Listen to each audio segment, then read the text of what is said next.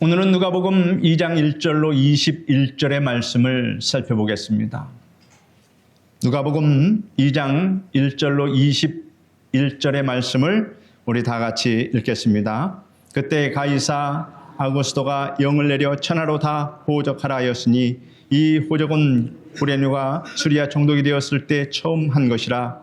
모든 사람이 호적하러 각각 고향으로 돌아가며 요셉도 다윗의 집 족속이므로 갈릴리 나사렛 동네에서 유대를 향하여 베들레헴이라 하는 동네, 다윗의 동네로 그 약혼한 마리아와 함께 호적하러 올라가니 마리아가 이미 잉태하였더라. 거기 있을 그때에 해산할 날이 차서 첫 아들을 낳아 강보로 싸서 구유에 뉘었으니 이는 여관에 있을 곳이 없음이로라. 그 지역의 목자들이 밤에 밖에서 자기 양떼를 지키더니 주의 사자가 곁에 서고 주의 영광이 그들을 두루 비추매 크게 무서워하는지라. 천사가 이르되 무서워하지 말라. 보라 내가 온 백성에게 미칠 큰 기쁨의 소식을 너희에게 전하노라. 오늘 다윗의 동네에 너희를 위하여 구주가 나셨으니 곧 그리스도 주시니라. 너희가 가서 강보에 쌓여 구유에 뉘어있는 아기를 보리니 이것이 너희에게 표적이니라 하더라. 호련히 수많은 천군이 그 천사와 함께 하나님을 찬송하여 이르되 지극히 높은 곳에서는 하나님께 영광이요 땅에서는 하나님이 기뻐하신 사람들 중에 평화로다 하니라. 전사들이 떠나 하늘로 올라가니 목자가 서로 말하되 이제 베들레헴으로 가서 주께서 우리에게 알리신 바 이 이루어진 일을 보자 하고 빨리 가서 마리아와 요셉과 구유에 누인 아기를 찾아서 보고 천사가 자기들에게 이 아기에게 대하여 말한 것을 전하니 듣는 자가 다 목자들이 그들에게 말한 것을 놀랍게 여기되 마리아는 이 모든 말을 마음에 새기어 생각하니라. 목자들은 자기들에게 이르던 바와 같이 듣고 본 그 모든 것으로 인하여 하나님께 영광을 돌리고 찬송하며 돌아가니라. 할례할 8일이 되매 그 이름을 예수라 하니 곧 잉태하기 전에 천사가 일컬은 바로라. 사랑하는 성도 여러분, 바람이 아무리 거세게 불어도 사람의 발걸음이 향해야 할 가장 안전한 피난처는 오직 하나님의 품인 줄 믿습니다. 오늘 이 시간 은혜의 보좌 앞에 나오신 모든 성도님들의 심령 위에 하늘의 크신 위로와 평강이 임하시기를 축원합니다. 오늘 우리가 함께 살펴볼 누가복음 2장의 말씀은 우리에게 너무나 친숙한 말씀입니다. 바로 우리 구주 예수 그리스도께서 이 땅에 오신 성탄의 아름답고도 신비한 장면을 기록하고 있습니다. 우리는 흔히 이 말씀을 12월 성탄절에만 펼쳐보곤 합니다. 그러나 예수님이 이 땅에 오신 그 놀라운 사건은 1년에 단 한 번만 기억해야 할 일회성 사건이 아닙니다. 예수님의 탄생은 우리의 매일의 삶 속에서 특히 우리가 인생의 어두운 밤을 지날 때마다 끊임없이 되새기고 묵상해야 할 우리 신앙의 가장 든든한 반석이며 가장 찬란한 소망의 빛입니다. 가장 높으신 하나님께서 어떻게 가장 낮은 곳으로 임하셨는지, 그리고 그 놀라운 은혜가 오늘을 살아가는 우리 삶에 어떤 위로와 교훈을 주는지 세 가지의 영적 진리를 통해서 은혜를 오늘 나누고자 합니다. 첫째는 역사의 참된 주관자는 세상의 권력자가 아니라 오직 하나님이십니다. 본문 1절부터 3절을 보면 당시의 시대적 배경이 아주 장엄하게 소개되고 있습니다. 그때 가이사 아구스도가 영을 내려 천하로 다 호적하라 하였으니 모든 사람이 호적하러 각각 고향으로 돌아가며 하였습니다. 가이사 아구스도는 로마 제국의 초대 황제인 옥타비아누스를 말합니다. 그는 로마의 오랜 내전을 끝내고 지중해 세계를 통일해서 이른바 로마의 평화를 이룩한 절대 권력자였습니다. 아구스토라는 칭호 자체가 존엄한 자, 신성한 자라는 뜻입니다. 그는 자신의 권력을 과시하고 제국 내 인구를 파악해서 세금을 철저히 거두기 위해서 천하에 호적하라라는 이 명령을 내렸습니다. 황제의 말 한마디에 거대한 제국의 모든 백성들이 짐을 싸서 자신의 고향으로 이동해야만 했습니다. 세상의 눈으로 볼 때 역사의 수레바퀴를 굴리는 것은 로마 황제처럼 보였습니다. 그의 명령 한마디면 세상이 들썩이고 사람들의 운명이 좌우되는 것 같았습니다. 요셉과 마리아도 예외는 아니었습니다. 만삭의 몸을 이끌고 갈릴리 나사렛에서 유대 땅 베들레헴까지 무려 150km가 넘는 험난하고 위험한 길을 자가용을 타고 갔습니까? 걸어갔습니다. 만삭된 마리아가 그 험한 길을 걸어갔으니 얼마나 힘든 여정이었는가 하는 것은 상상할 수 있습니다. 당장이라도 아이가 낳을 것 같은 사모에게 이 무리한 여행은 생명을 위협하는 고통이었을 것입니다. 그러나 어쩔 수 없었습니다. 성도 여러분, 이 거대한 세상의 소용돌이 이면에는 세상이 알지 못하는 놀라운 하나님의 섭리가 숨겨져 있음을 알아야 합니다. 구약성경 미가서 5장 2절은 구원자 메시아가 반드시 어디? 베들레헴에서 태어나실 것을 예언했습니다. 기록되기를 베들레헴 에브라다야, 너는 유다 족속 중에 작을지라도 이스라엘을 다스릴 자가 내게서 내게로 나올 것이라. 그의 근본은 상고에 영원히 있느니라 말씀하고 있습니다. 마리아와 요셉은 나사렛 동네에서 살고 있었지만 하나님의 이 말씀을 성취하기 위해서는 그들이 반드시 베들레헴으로 가야만 했습니다. 놀랍게도 하나님은 절대 권력자 로마 황제의 교만한 명령조차도 당신의 말씀을 성취시키는 도구로 사용하신 것입니다. 사랑하는 성도 여러분, 때로는 거대한 세상의 흐름이나 감당하기 벅찬 주변의 환경, 뜻하지 않은 경제적 어려움이나 건강의 위기가 우리의 삶을 억누르고 요동치게 만드는 것 같습니다. 내 힘으로는 도저히 어찌할 수 없는 막막한 상황 속에서 마치 권력자의 명령에 이리저리 끌려다닌 것 같은 무력감을 느낄 때가 많이 있습니다. 지나온 삶의 구비구비마다 이해할 수 없는 눈물과 한숨의 골짜기를 지날 때마다 우리는 하나님, 왜 제게 이런 시련을 주십니까? 라고 탄식하기도 합니다. 그러나 오늘 말씀은 우리에게 분명히 선포합니다. 세상의 통치자가 세상을 움직이는 것이 아니다.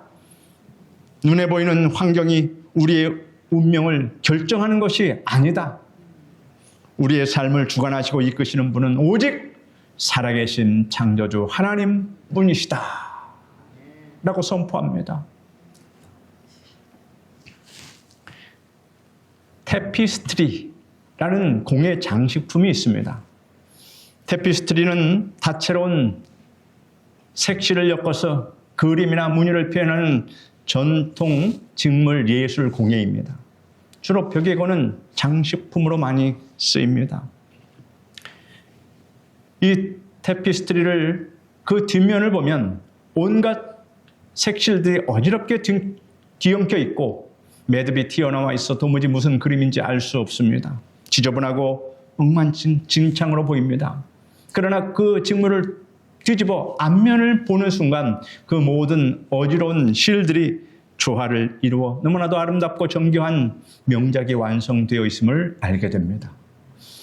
여러분, 우리의 인생도 이와 같습니다. 우리가 이 땅을 살아가는 동안 우리 눈에 보이는 인생의 뒷면은 때로 어지럽게 엉킨 이 실타래처럼 보입니다. 질병의 고통, 재정의 압박, 자녀의 문제, 인간관계의 갈등이라는 실들이 부질서하게 얽혀 있는 것 같습니다.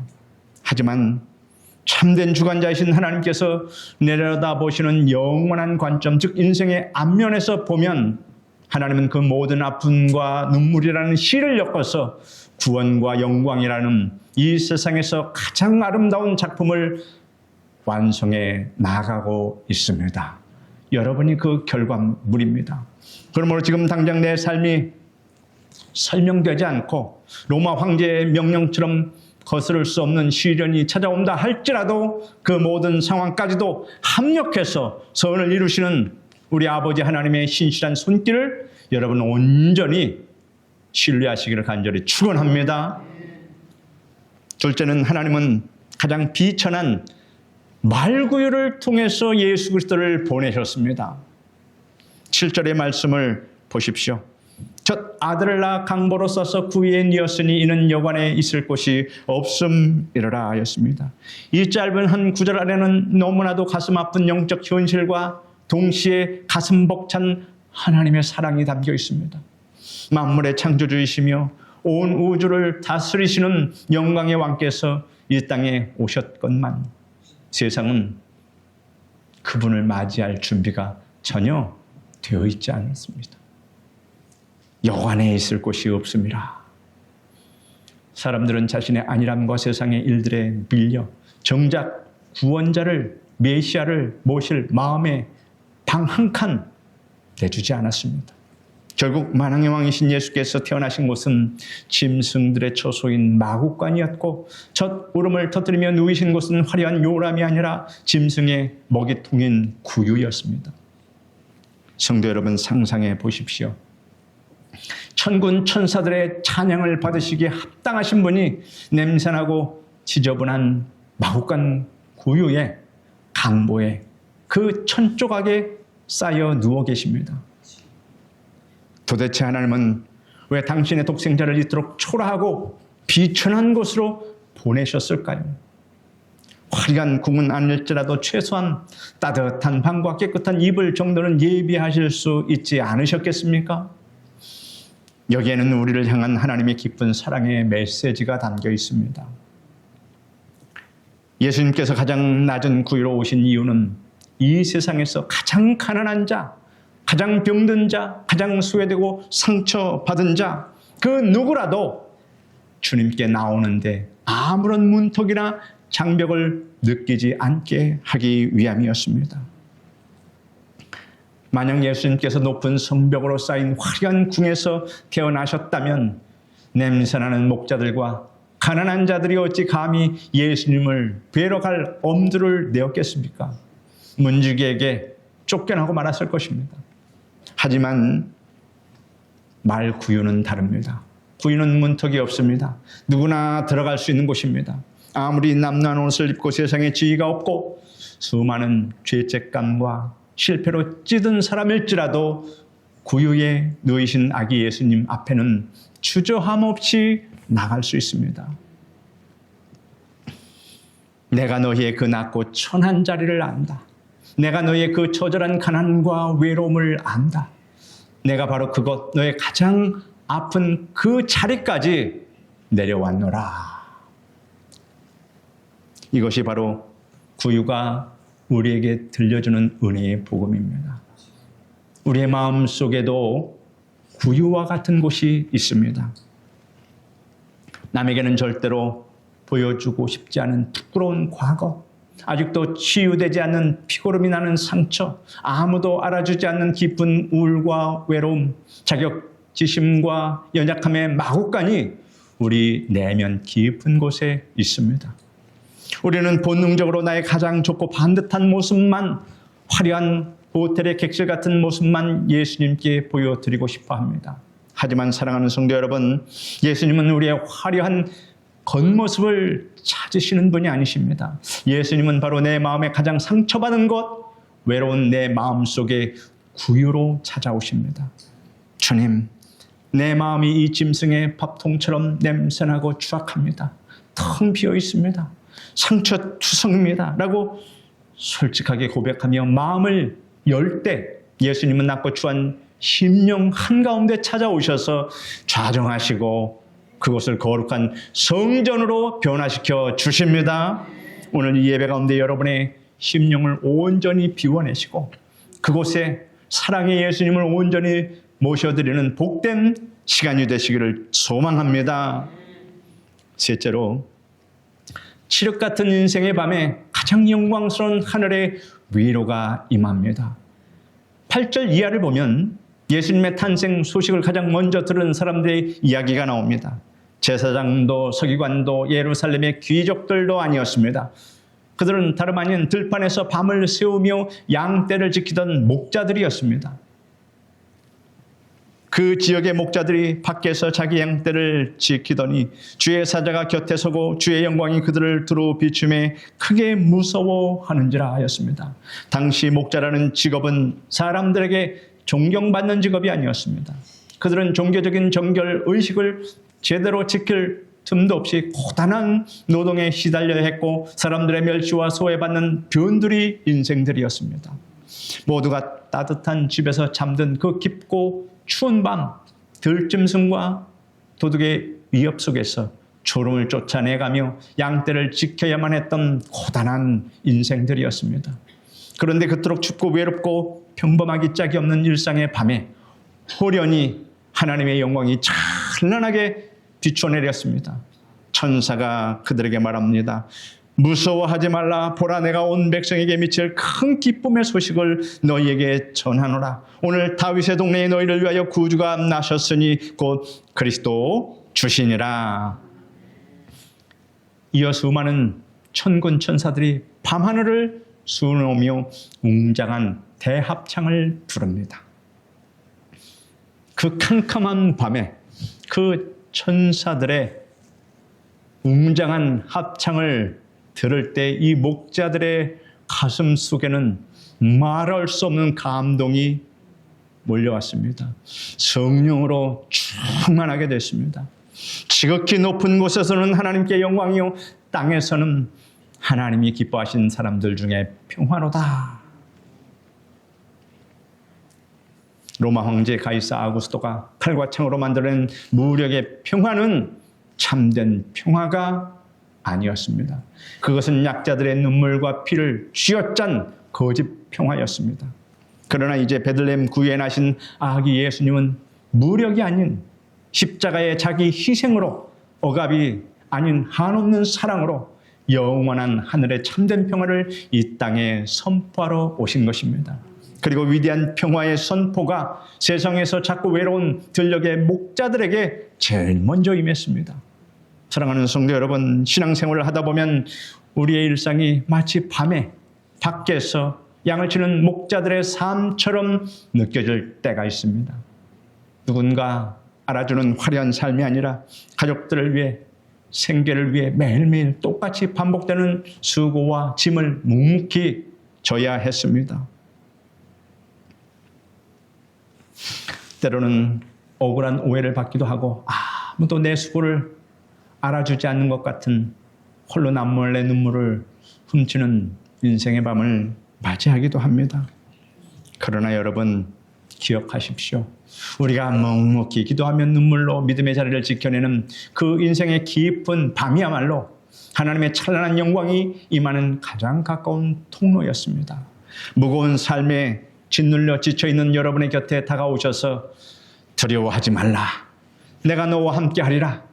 내가 너의 구원자요 너의 평안이라 라고 따뜻하게 속삭여 주십니다. 성도 여러분, 우리는 말씀을 마음에 새기고 찬송으로 응답하는 삶을 살아야 합니다. 천사들이 떠나간 후 목자들은 지체하지 않았습니다. 15절에서 17절 말씀을 보십시오. 목자들은 마리아와 요셉과 구유에 누인 아기를 찾아 나섰습니다. 그리고 천사들에게 들은 놀라운 그 복음의 말씀을 그들에게 전했습니다. 목자들은 말씀을 듣고 머리로만 이해한 것이 아니라 그 밤중에 즉시 일어나 달려가는 순종의 발걸음을 보였습니다. 듣는 것으로 끝나는 신앙은 능력이 없습니다. 말씀이 선포되면 그 말씀이 이루어질 것을 믿고 기대하며 나아가는, 행동하는 믿음이 기적을 낳습니다. 흥미로운 것은 목자들의 이 놀라운 간증을 들은 사람들의 반응입니다. 목자들이 이 간증을 사람들에게 전했습니다. 18절의 말씀을 보십시오. 듣는 자들이 다 그에게 말한 것을 놀랍게, 듣는 자가 다 목자들이 그에게 말한 것을 놀랍게 여기되 라고 말합니다. 사람들은 그저 기이한 일이다, 신기하다 하며 일적인 감정으로 놀라고 흥분할 뿐이었습니다. 하지만 어머니 마리아의 반응은 전혀 달랐습니다.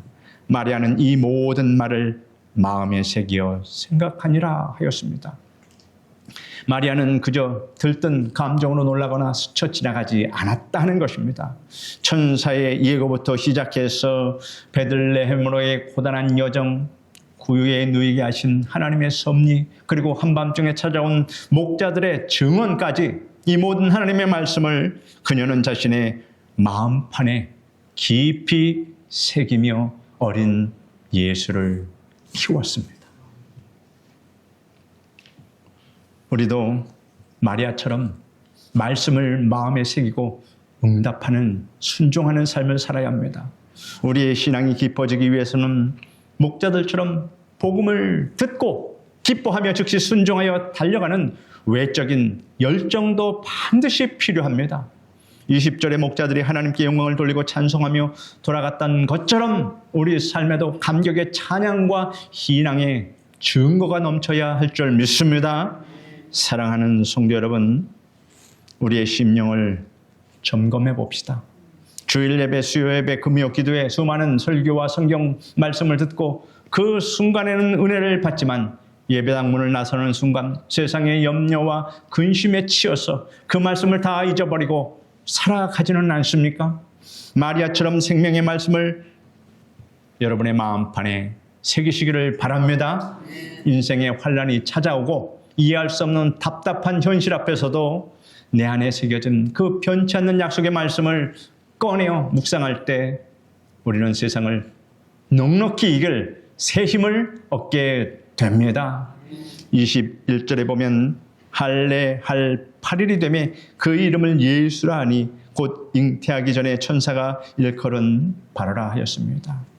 예수님은 하나님이 세상을 이처럼 사랑하사 독생자를 주셨으니 이는 그를 믿는 자마다 멸망치 않고 영생을 얻게 하려고 우리에게 보내주신 메시아 구세주이십니다. 오늘 말씀의 핵심을 정리해 드리겠습니다. 내 인생을 주관하시는 분은 세상이 아니라 신실하신 하나님이십니다. 예수님은 나의 가장 낮고 상처받은 마음까지 친히 찾아오십니다.